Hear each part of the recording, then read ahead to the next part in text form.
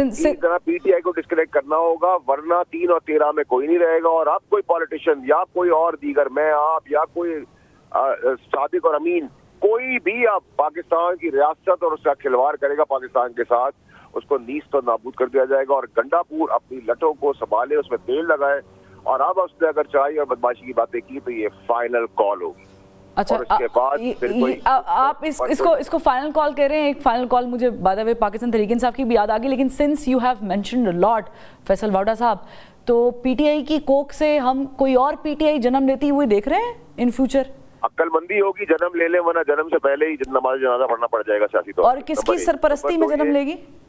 Number 1। Number 2 ये कि आपको मैंने बताया था कि सिविल नाफरमानी की जो कॉल है 14 दिसंबर की, वो फिर पाकिस्तान को नुकसान पहुंचाने की कोशिश की गई है। सिर्फ ये कि उसको बचा लिया जाए फैज अबीद को, क्योंकि फैज अबीद बचता तो बादी बचते तो बुशरा भी बचती तो गंडापुर और भगौड़े जो आबाद टाइम और मुराद सही साहब जिनके ऊपर तोते के दर्जात है, वो सब बचते। तो अब आप सारे सीक्वेंस को मिला ले और इमरान खान को हमको मारने की साजिश का डॉट कनेक्ट कर ले, तो आप ज्यादा इंटेलिजेंट है, फायरी है, बहुत अटेंटिव है, बहुत अट्रैक्टिवली चीजों को देख रही है, अटेंटिवली चीजों को देख रही है, तो आपका तज्जिया मुझसे ज्यादा बहुत अच्छा दिखेगा। मैं एक और सवाल फैसल वाडा साहब कर लूं आपसे, क्योंकि मामला बड़ा सेंसिटिव है और आप बातें जो हैं वो बड़ी अच्छी कर रहे हैं।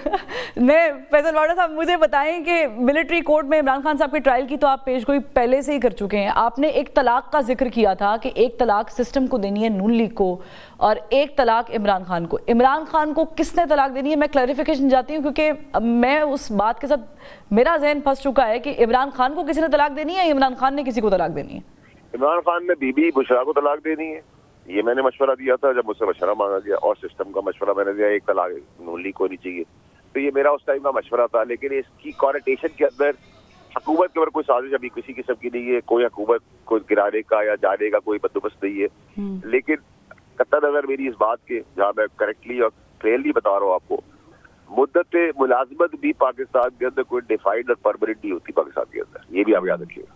और बुशरा बीबी को तलाक देने से क्या फ़ायदा होगा? अगर आपने उस मूवमेंट में ये बात कही थी, क्योंकि बुशरा बीबी तो इन्वॉल्व थी, उन पर ये इल्ज़ाम है कि वो बैठ के सिस्टम चलाती रही हैं, पंजाब में करप्शन में इन्वॉल्व रही हैं। अपनी मजीद जान बचानी है, अगर इमरान खान साहब को अपनी जान से हाथ धोना नहीं है, तो उनको इस चीज को देखना, कंसिडर करके करना जरूरी है। बाकी उनकी मर्जी, आज तक जिसे रोका मुझे भी निकाल दिया गया इन्हीं सब चीजों से, और 2 साल से लेके आज तक की प्रेडिक्शंस को अगर आप सम अप करें, डॉट टू डॉट मिलाए, तो आपको सब चीजें मेरी बड़ी क्लैरिटी से समझ में आ जाएगी। सारा खाका सामने मौजूद है, सियासी कब्रिस्तान भी मौजूद है, सियासी कफन भी मौजूद है, सियासी दफन होने के लिए तैयारी भी हो गई है। यानी अगर ये तलाक हो जाती है तो फिर कोई बच बचाव हो जाएगा, या बीच बचाओ जिसे हम खालिस्तान उर्दू में कहते हैं, वरना फिर मामला बिगड़ मेरे लिए सबसे ज्यादा इम्पोर्टेंट है कि खान साहब की जान बख्शी जाए, बेगम नहीं। वैसे on a very lighter note Vawda sahab, Khan साहब की जान उनकी वजह से तो फंसी है, लेकिन जो अली अमीन गंडापुर साहब एंड कंपनी है जो लीड कर रहे हैं,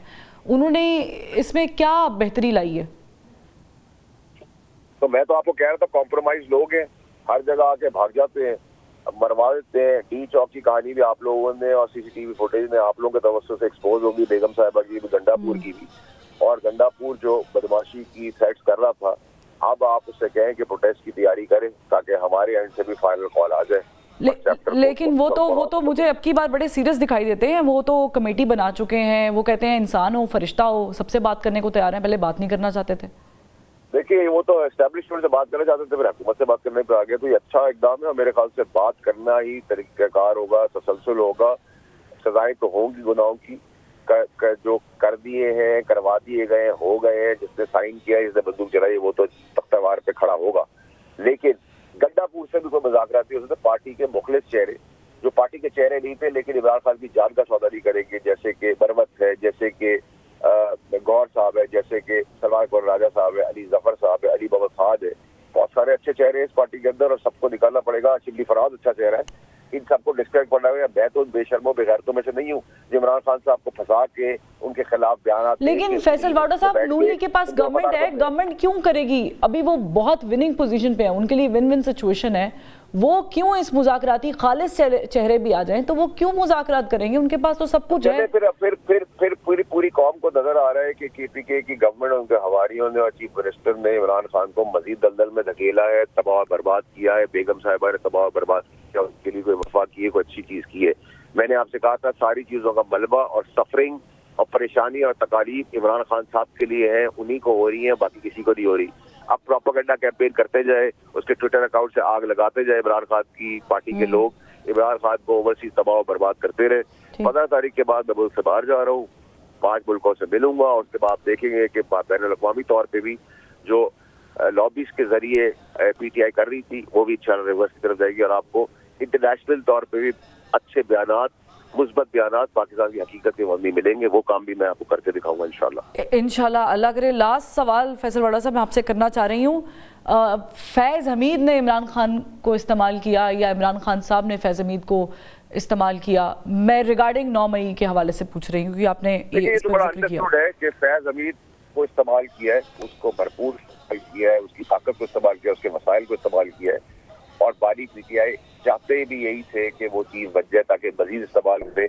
پریزیڈنٹ فارم آف گورنمنٹ ہے, ملک میں بادشاہ تو ون مین شو ہو, تو یہ سب چیزیں تو آئینے کی طرح کلیئر ہے, اس میں کوئی دو رائے نہیں ہے. کیونکہ فیض حمید پولیٹیکل لیڈر نہیں تھا, پاپولر لیڈر نہیں تھا, ایکس پرائم منسٹر نہیں تھا, وہ تو ایک DGI تھا, پہلے DGC تھا, پھر لیفٹیننٹ جنرل بن گیا. اس کو بھرپور ایمبیشن کے تحت استعمال کر کے وہ بھی نعوذ باللہ کوئی آسمانی دعویٰ کرنا شروع ہو گیا, اور رائٹلی سو آرمی کورٹس پہ نون زبر زیر کے ساتھ مل کے سارے شواہد جمع کیے, اور کوئی ہوائی شواہد نہیں ہے.